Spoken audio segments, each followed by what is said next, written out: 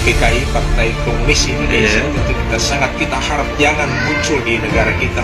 Seperti saya tidak rela mati karena sakit. Saya senang kalau berhadapan dengan PKI. Kalau tak MPRS ini dicabut, yang diuntungkan adalah keluarga besar PKI. Ini indikasi, saudara. Nggak mungkin yang bukan PKI menuntut pencabutan daripada TAP MPRS tersebut.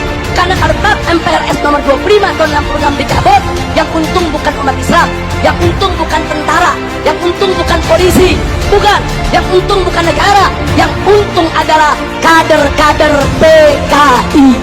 PKI itu sebagai suatu organisasi Siapapun yang ada di belakang PKI, siapapun yang melindungi PKI, siap.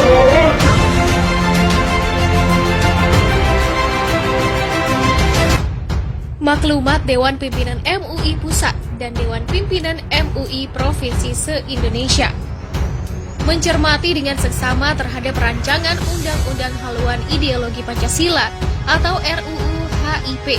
Setelah melalui berbagai kajian dan diskusi, maka kami Dewan Pimpinan MUI Pusat dan Dewan Pimpinan MUI Provinsi se-Indonesia menyampaikan maklumat sebagai berikut. Pertama, tidak dicantumkannya TAP MPRS nomor 25 MPRS 1966 tentang pembubaran Partai Komunis Indonesia.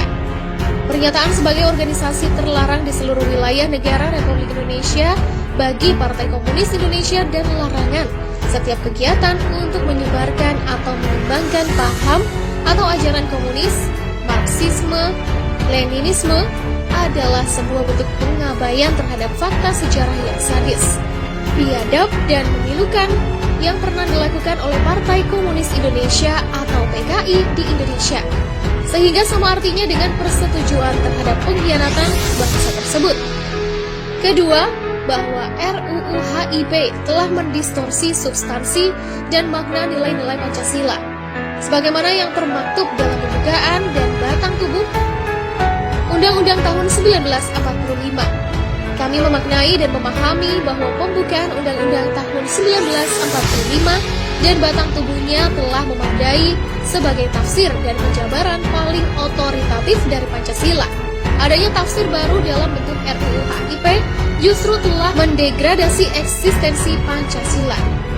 Ketiga, memeras Pancasila menjadi Trisila, lalu menjadi Ekasila, yakni gotong royong, adalah nyata-nyata merupakan upaya pengaburan dan penyimpangan makna dari Pancasila itu sendiri. Dan secara terselubung ingin melumpuhkan keberadaan sila pertama, ketuhanan yang Maha Esa, yang telah dikukuhkan dengan pasal 29 ayat 1 Undang-Undang tahun 1945, serta menyingkirkan peran agama dalam kehidupan berbangsa dan bernegara. Dengan demikian, hal ini adalah bentuk pengingkaran terhadap keberadaan, pembukaan, dan batang tubuh Undang-Undang tahun 1945 sebagai dasar negara, sehingga bermakna pula sebagai pembubaran NKRI yang berdasarkan pada 5 sila tersebut. Keempat, meminta kepada fraksi-fraksi di DPR RI untuk tetap mengenang sejarah yang memilukan dan terkutuk yang dilakukan oleh Partai Komunis Indonesia, terutama peristiwa sadis dan tak berperi kemanusiaan yang mereka lakukan pada tahun 1948 dan tahun 1965 khususnya.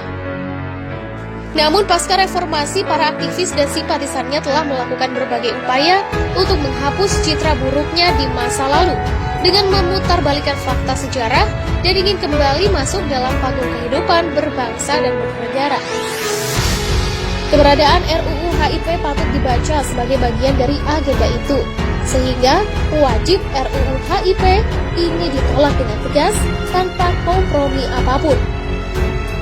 Kelima, kami pantas mencurigai bahwa konseptor RUU HIP ini adalah oknum-oknum yang ingin membangkitkan kembali paham dan Partai Komunis Indonesia, dan oleh karena itu patut diusut oleh yang berwajib.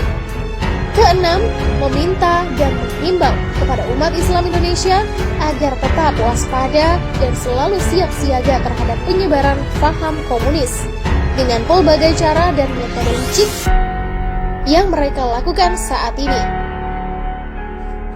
Ketujuh, mendukung sepenuhnya keberadaan TNI sebagai penjaga kedaulatan negara, Kesatuan Republik Indonesia, sekaligus pengawal Pancasila.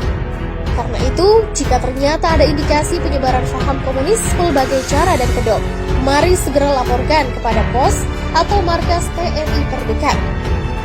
Kedelapan, bila maklumat ini diabaikan oleh pemerintah Republik Indonesia, maka kami pimpinan MUI Pusat dan segenap pimpinan MUI Provinsi se-Indonesia menghimbau umat Islam agar bangkit bersatu dengan segenap upaya konstitusional untuk menjadi garda terdepan dalam